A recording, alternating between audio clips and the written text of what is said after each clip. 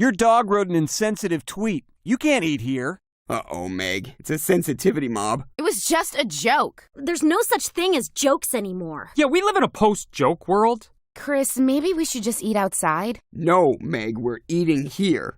I'd like to see you try.